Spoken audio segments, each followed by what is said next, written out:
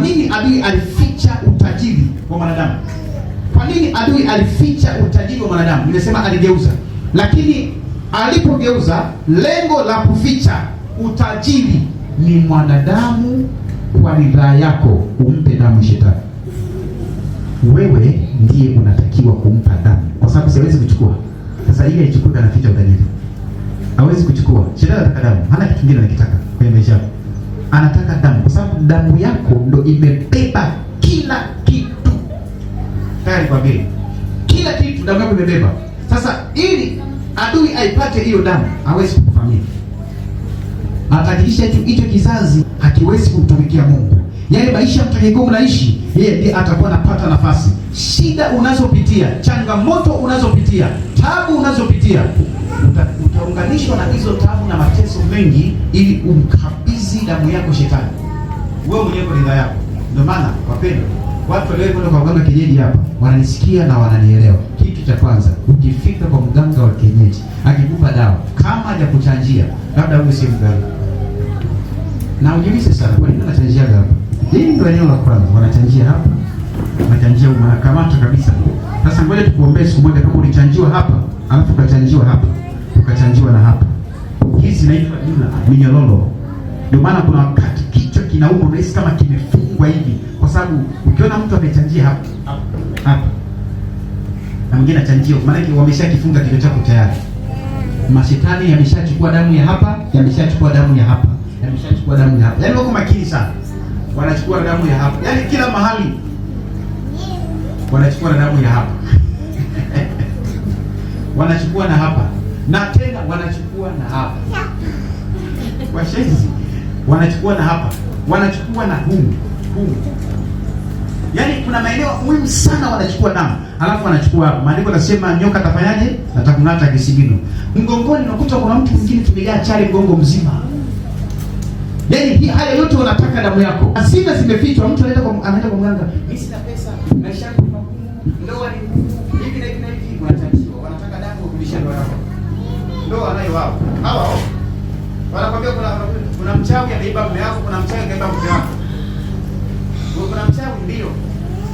Leo kuna mchawi wenyewe ni wachawi. Wameiba wao. Kwa sababu ile ndio ufalme wanaficha. Baada ya kuficha wape damu akupe ndoa yako. La sivyo wanakuambia katoe kafara mnyama. Amen. Sasa adui alificha hivi vitu mahali pa siri. Unanielewa? Na baada ya kuficha mahali pa siri, anataka wewe ufungue hivyo vitu kwa njia ya damu.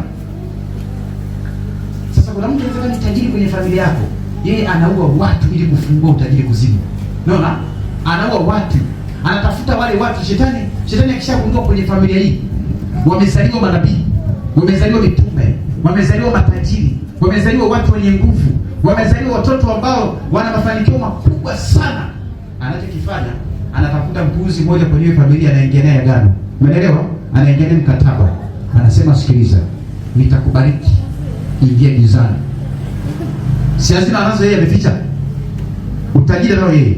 Na anakwamisha familia nzima, watu hawafanikiwi. Sasa kinachoendelea baada ya kumpata yule mtu, wanamwanzia kafara ndogo, wanamwanzia kuku pengine watatu, wanaenda kama anaweza kulelea ile jini vizuri, wanafika kwenye mbuzi mmoja, wanaenda mbuzi watatu, wanaenda mara kondoo, wanazidisha na mbuzi, wanachanganya, wanakwenda wanafika ng'ombe. Wakifika ng'ombe, hapo hiyo binadamu muda sio mrefu, ng'ombe mara watatu. Ukiona mtu anatoa ng'ombe kuanzia watatu, huyo mtu sio mtu mzuri, ni hatari zaidi. Sasa baadaye wanafikia hatua ya kutoa binadamu. Sasa kama ulikuwa unachita hawa wanyama, unachita na ukiambiwa toa mama yako, yani hata ushangai, unaenda kuwa dakika mbili tu, yani hata ujiulizi, kwa sababu ule moyo wa kujali huyu ni mama haupo. Kadiri unavyozidi kutoa nyama, na wewe unazidi kuwa mnyama. Kwa maana Mungu anakuonyesha mnyama katika ulimwengu wa roho. Ndio maana yake. Maana yake ni kwamba kuna mtu kavaa roho ya mnyama anapiga kwako. Mungu anakuonyesha nyoka. Maana yake Mungu anakuambia yule ndugu yako, ndio. Unamjua yule? Yule sasa kashakuwa joka. Ana moyo wa joka. Mungu anakuambia. Yule ndugu yako Mungu anakuambia kashakuwa mamba. Ana moyo wa mamba. Ndio maana mkilala mnaota mamba, mkilala mnaota majoka. Shika kuelewa. Kwa nini? Kashaagizwa. Anaambiwa ndugu, sikiliza. Unataka hama? Ndio. Unataka ghorofa? Ndio. Unataka hiki? Ndio. Kaue yule fulani yule ndo damu yake inaweza kufungua ghorofa.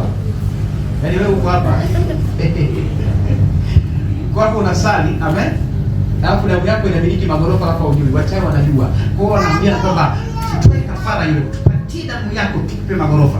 Tupatie damu yake, amen. Tupatie magari. Alafu umekata tamaa hapo kwa umekata tamaa. Waza. Maana kuna wakati ukilala unaota magorofa. Amen. Mungu anakuambia yapo kwenye damu yako, yapo huko ndani. Amen. Ukilala, kuna mtu akilala anahesabu pesa mpaka unatamani usiamke. Mwingine akilala anaota anaishi kwenye nyumba nzuri, anaishi mita mazuri, ameolewa, anakaa na watoto wake, akiamka asubuhi mtoto hata mmoja hakuna. Na akipiga hata simeje kwa mpenzi wake anatukana. Sasa kuna ni hota ndio kwamba nimeolewa, anaishi maisha mazuri. Niko najua huyu ndio mwenyewe kupata mbuzi. Mapepo yanajua umeota ndoto nzuri, kwamba umeota sijui unaolewa, sijui unaishi na mume sijui vizuri, wameshagundua. Sasa dada yake asubuhi anakuandalia mtu wa kutukana ili ukate tamaa, usitegemee hiyo ndoto. Tunaota vitu vingi sana na tunashindwa kuelewa. Unajua unasema mimi naota vitu. Mimi naota vitu. Unajua ni mimi kitu. Mnaota, unajua mnaviota wapi? Sasa tunaviota katika ulimwengu wa roho. Huo ulimwengu wa roho unapatikana wapi? Huo ulimwengu wa roho umefichwa kwenye damu yako kweli. Ndio maana damu yako wakipata ndio ulimwengu wa roho umeupata. Wewe jiulize kitu kimoja. Kama watapeleka damu yako kuzimu, watapewa mali. Jiulize. Sasa kuzimu na mali. Mali iko wapi? Mali iko wapi? Ipo kwenye damu yako. Amen. Mali ipo na wewe. Mali ipo na shetani. Amen. Kwa kuzimu inajua thamani ya damu. Nataka nikwambie ya mwanadamu. Inajua thamani ya damu ya mwanadamu. Na kama inajua thamani ya damu ya mwanadamu na inajua haiwezi kuchukua, ila wanamweka mtu atakayekabidhi hiyo damu kuzimu. Ndio maana kwenye familia zetu kuna wachawi, kazi yao ni kutoa kafara. Kuna watu kazi yao ni kutoa kafara, kazi yao ni kukabidhi damu. Kuna mtu yeye kapewa utajiri ndani ya familia, kazi yake ni hakikisha watu kwenye familia yako hawafanikiwi, ili waendelee kulalamika wamtukane Mungu, ili tuwaue vizuri. Usilaumu. Amen. Usilalamike. Unapita maisha magumu, usilalamike. Kuna watu wadili na akili yako.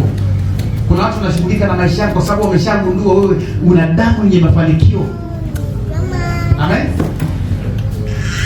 Sasa kama shetani na mali zote, kwa nini wasitumie tu bila kutua?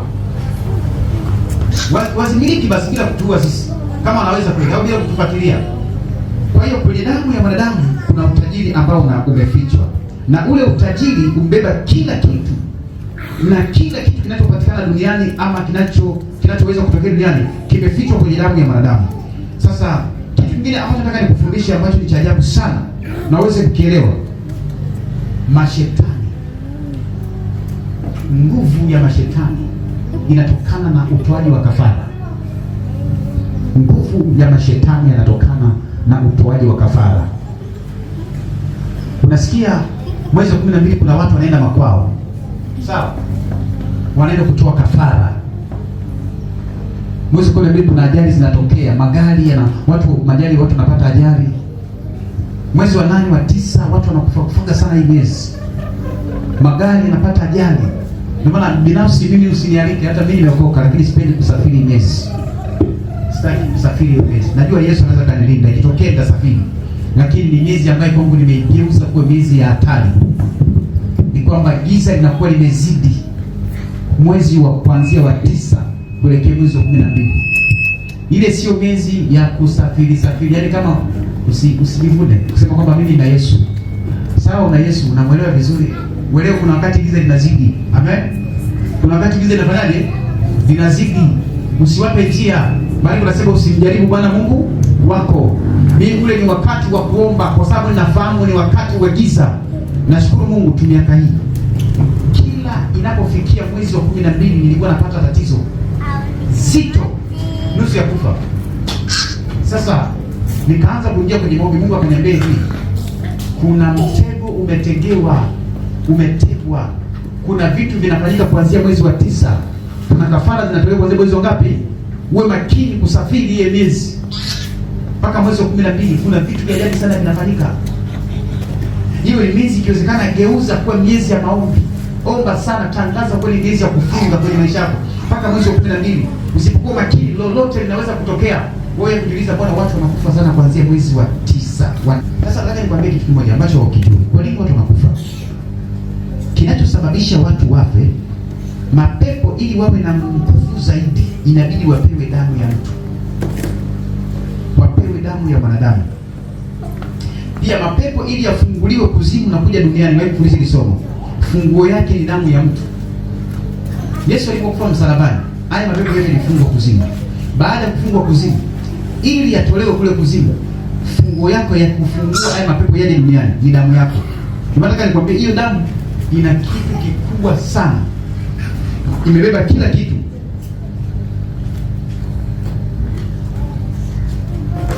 Kwa hiyo shetani anaitafuta damu ya mwanadamu usiku na mchana, kwa sababu damu ya mwanadamu ndio imebeba nguvu ya kuamiliki wanadamu na vitu vyote ambavyo vimeumbwa duniani. Ndio kitu ambacho Mungu alikiumba ndani ya damu yako.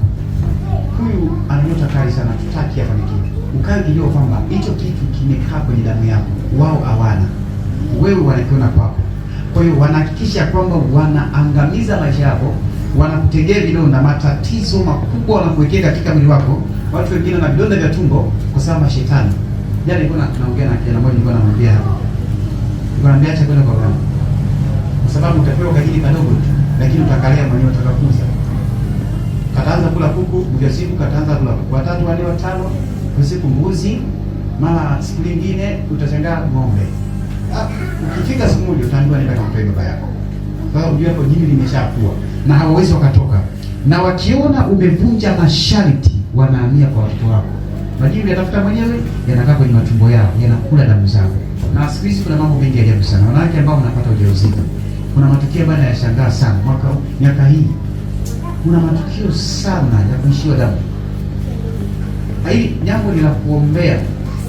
Sio vitu vya kusema kwamba kwa sababu ni mjamzito unakuwa damu. Ni vitu vya kuombea kweli makini. Mashetani na vitu sana kwenye tumbo la mwanadamu. Unashangaa tumbo lako linauma kila siku. Kila wakati tumbo lako linauma. Wanakula damu ndani. Wanaishi kwenye damu yako. Wewe jiulize kitu kimoja. Wanawake wakiwa kwenye zile siku za baraka, unashangaa tumbo linauma kweli kweli. Au siku zinapitiliza zinakuwa nyingi. Damu inachukuliwa. Unakuwa hujui. Ni siku ambazo unatakiwa kuombea sana. Ukisoma kitabu cha Isaya 42 mstari wa 22. Ndio maana damu yako au damu ya ukoo wako shetani akiipata mwezi kufanikiwa. Isaya 42 mstari wa 22. Lakini watu hawa ni watu walioibiwa na kutekwa. Wote wamenaswa katika mashimo. Wamefichwa katika magereza. Wamekuwa mawindo. Kwa mawindo. Wala hapana okoaye. Hapana okoaye. Wamekuwa mateka. Wamekuwa mateka. Wala hapana asemaye rudisha. Anasema watu hao wamekamatwa. Baraka zenu zinakamatwa. Maisha yenu yanakamatwa. Kila kitu mlichonacho kinafanyaje? Kinakamatwa. Ili mpate kuvipata hivyo vitu, toeni damu yenu. Unaona anachokifanya? Ili mvipate hivyo vitu, toeni damu yenu. Unaweza kuona wakati Yesu anazaliwa kwenye kitabu cha Mathayo 2 mstari wa 1 mpaka 18. Hapo andika tu. Angalia jinsi ambavyo walijaribu kumfuatilia kwa sababu waligundua ana nyota ya kifalme. Sasa wakigundua una nyota ya kifalme, wanaiba hiyo. Alafu wanaenda kuficha. Alafu wewe ukienda kwa nabii, anakuambia wewe bwana ni tajiri alafu ni maskini. Naona utajiri wako umefichwa. Au ukienda kwa mganga anakuambia wewe mbona utajiri wako umefichwa, tuone.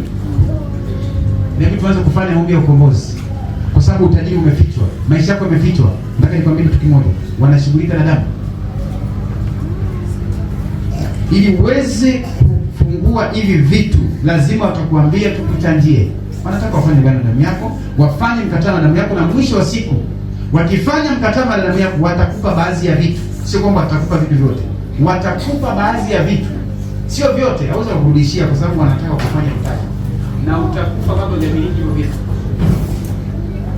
Kwa sababu wao wana shida na damu yako. Hawana shida na kitu kingine.